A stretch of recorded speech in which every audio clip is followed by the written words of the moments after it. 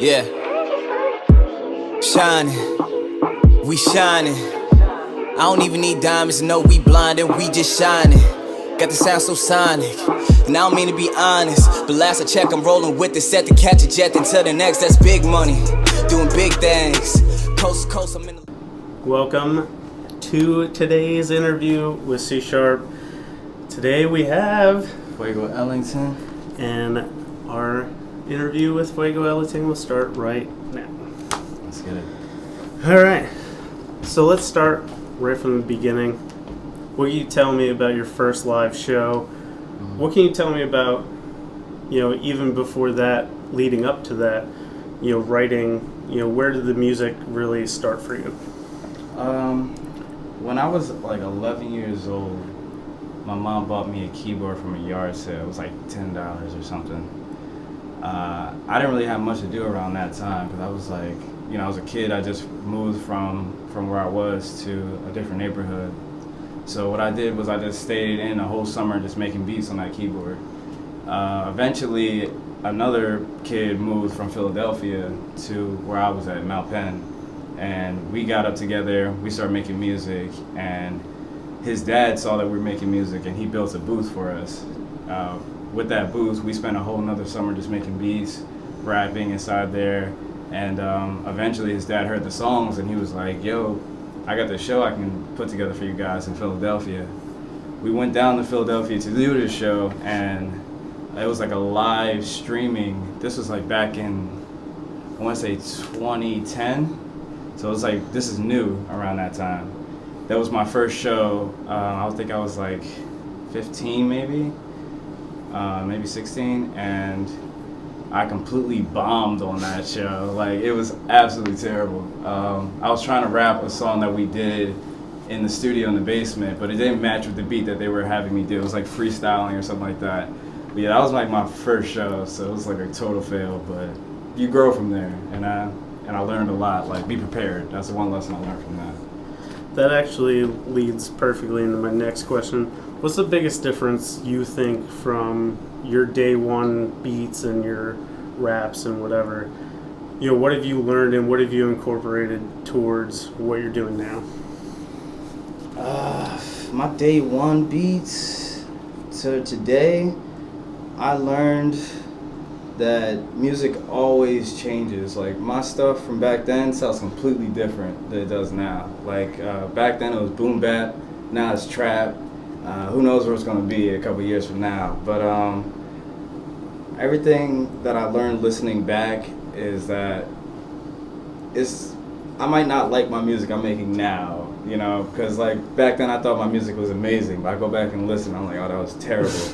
But it's all a progression, and I always learn that you're always going to change. Everything's going to change. Music's going to change. So it's never a point where I feel like you get stagnant with it, and that's what I love about music, and that's what I learned from it.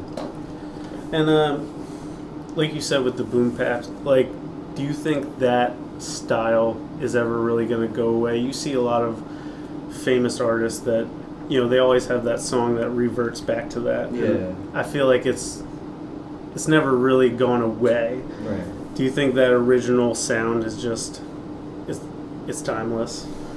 I think everything goes in cycles. So like, and there's always gonna be a crowd for that. So like right now it's trap, but 10 years from now it might come back. It might be a renaissance of the 90s or where we want to go with it. So yeah, I don't know if it's classic, but everything does go in cycles, because maybe we'll be wearing baggy jeans again. Right now we're wearing skinny jeans, but back then they were wearing afros. Afros are coming back now.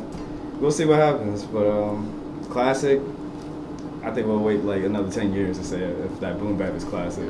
You got to start the revolution of the backwards clothes again. Oh, man. Crisscross. I can't be that one. I'm not. Wow. All right. So what do you pretty much have your hand in every bit of music. You're doing music videos, you're producing, you're rapping. Yeah. You have a little bit of everything in you. What are the pros and cons of having all that under you?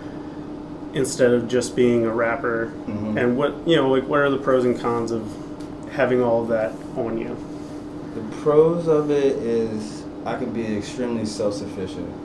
I don't need to go to a studio and pay for studio time. I have everything in my house. I literally have like my mic right in there, my laptop, and then I can make a whole project just like that. And I can mix it, I can make the beats for it and everything, and do my music videos.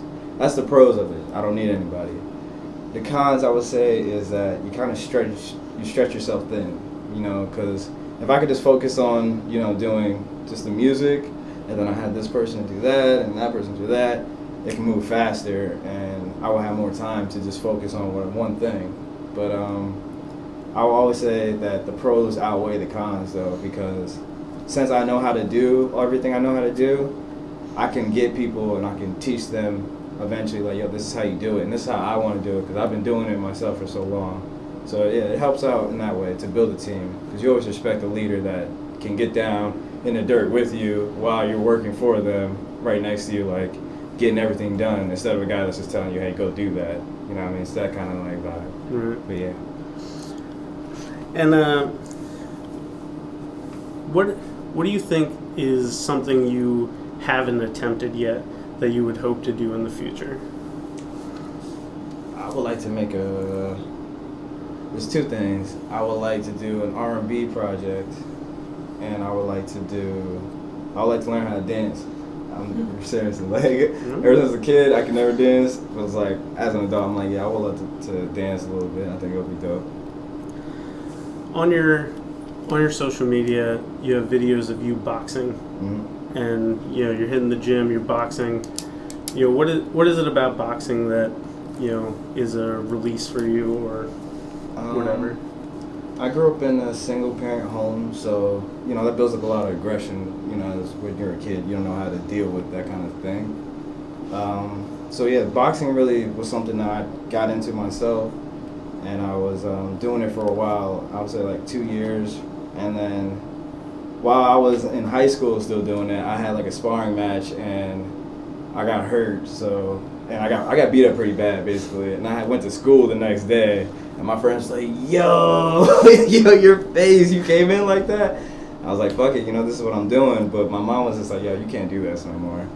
So, like, that was back when I was like 17. And, now that I'm like 25 now, I was like, I want to get back into it. I always loved the sport of boxing, the discipline of it, having a release, besides music, so it's music and, some kind of physical release like boxing. That's what I really love about it. It's like it helps deal with stress, and really, I'm not trying to like get into magic and go, professional. Just exercise. You have a song called Lonnie Walker. Yes. And Lonnie Walker, for anybody that doesn't know, is now in the NBA. He, before him, the last person to come out of Reading in sports was Daniel Marshall. Mm-hmm. What do you think is the big thing that comes out of somebody like him that goes in the NBA, and people are now just learning about Reading, PA? One is a representation. So he's like representing us, not even like nationally, like globally. That's one thing, and it's such a big thing for us because it inspires all the kids that went to Reading High, and even the ones that are like in the area. Because it's like, oh, well, somebody from here made it out of here, you know what I mean? Mm-hmm. And that's a big thing. And I remember he just said when he got drafted, I'm just a kid from Reading. Now that's a T-shirt everywhere, that's something that's being branded. It's a trail of what you can do just from doing something like that. It's amazing, you know what I mean? And that's why I got the inspiration from that song. It's like, you know what I mean? Like, you come from my kind of city where we're the poorest city in America, but you can reach out and get out of here. It's amazing. So speaking of Lonnie Walker, this past off season he returned. He had a basketball camp, and he returned and he went to one of his favorite spots, Beckett's. Mm-hmm. In Reading, what is your spot that if somebody doesn't know Reading, where are you telling them to go? You definitely gotta go to La Bodega. I think that's my favorite spot right now. I would tell them to go to Custom It to get some, some fresh gear. Where else? I would tell them, tell them to come to the Red Dot Records studio, come get some records done, and do your interviews. And yeah, these are 3 places I would say. If you're out of town, come right here. All right. So for this part, I got some names of producer/rappers. Okay. I'm gonna say them. You just tell me your thoughts on them. Okay. Whatever you got. Swiss Beats. Legend. Kanye. Legend. Dr. Dre. Dr. Dre. He's like the father of hip hop. Timberland. He is. Damn. I'm not trying not to say legend for everybody, but that's why. I would just say legend for everyone. But I would say innovative. RZA. Is grimy. MF Doom. Creative. All right. Now here's the hard part. Rank them. All right. For me, the top 5 or just all of them? Just Okay. top to bottom. All right, my first for me would have to be Kanye. Second, damn, you hear the list? I don't know the names. Get it. Okay, I would say Kanye, Dre, number 2, Swiss Beats, Timberland. Oh damn. RZA, MF Doom. All right. Yeah. Let me kill that. What's the first album you ever owned? It was Usher, 8701. I got that for Christmas. I was a real big Usher fan when I was a kid. I was like 9 years old, 8 years old. I swear I was Usher. Always brushing my hair and everything. All right. What? You mentioned that you're almost 10 years in this industry. Yeah. What is the biggest thing you think you've had to overcome in that time? I would say the people around me coming and going. Like, when you're doing something like this and when you start off real young, you don't want to do it alone, So you're like, let me get my homie, he could, mix this, he could do that. And we all everybody wants to rap, we all get the studio, we put money into it. And then eventually some people start slacking off, and then, you might have been invested in something together. Now everybody's taking it serious, things get shaky. Next thing you know, you're by yourself with it. But I think being able to keep going after that and being like, yo, this is my thing, if they don't want to do it, they don't want to do it, but this is what I want to do. And then being able to be an individual and being like, all right, this is how I see myself and where I want to go. I think that was my toughest challenge getting over so far. This is a 2-part question. When you're creating music, from start to finish, do you have an end game in sight with the music video? Because obviously the music video comes after the music. Yeah. But do you have like a idea when you're making the music, if you're, what the video is going to look like? I always go for a theme, because like before I was doing rap or music or anything, I was like a little kid with a camera. I had this big ass camera. I would run around with it, recording everything. I would make movies with my friends, and we'd do that for hours over the weekends. So like how I think of my songs is like, I think, all right, how can I make a music video, or I'll think of a movie or a script, and then I'll make a soundtrack to it, which would be the rap or the song, which would be the theme of it, like the opening credit or something like that. And so once it starts from the visual, then it goes to the soundtrack, then it goes to merch or whatever else. That's how I break down a song before I even get started. And how important is it going from creating something new to find, everybody always says they want their signature sound. Yeah. How hard and how important is it to get that signature sound? That's the most important thing, because everybody's out here doing this. So you sound like the next guy, they're gonna skip over your song. People want to hear something fresh to their ears, and you only got like, I think they say, 7 seconds before a person judges a song. That's all they need. So if you're gonna give them that person's something, it better be something unique. That's why. And, from a production standpoint, when you're hearing live music, do you think you pick out certain things that maybe a regular everyday person doesn't hear, and it impresses you, of like a little sound bite that you hear in the background that people might just blow over? Yeah, drum patterns. Like, I always listen to the loops, because that's what I do all this day, is listen to drum loops and hi-hat loops.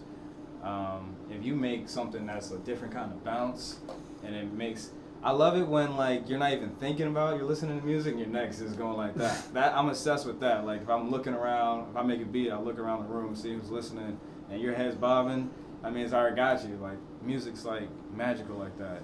And even if you can't fight it, like, you just start moving to something that's really good. I love that. All right. So everybody's favorite question ever: top 5 dead or alive. Top 5 dead or alive. Jay-Z, Kanye, Pharrell, Tupac. My last one, DMX. All right, gonna catch some noise for Biggie. Yeah. I love Biggie. I feel Biggie. But I gotta put those guys in there because they're the ones that really influenced me. All right, and I always like to end the questions with, you're making it. That's the end goal. Yeah. You're going out. What's your celebratory drink? What's everybody drinking that night? Hennessy. No, Douce or Hennessy, one or the other. That's my favorites. All right. Thank you again to Fuego Ellington for this interview. Where can they find you? What are you working on right now? Right now, I'm working on throwing a show. I've been dropping music 6 months consistently, every Friday. Called it Fuego Fridays. It was like a saga I went through. So now I'm planning a big show. I want to have to be announced. Follow me at Fuego Ellington, all platforms. I got a whole bunch of music out, Apple Music, music videos on YouTube, everywhere. So yeah, look out for that show I'm going to have for the celebration of 6 months. And that's it, starting right now. All right. And you can catch this interview on C Sharp Interviews, and you can follow me on The Real Chat Sharp. Thank you.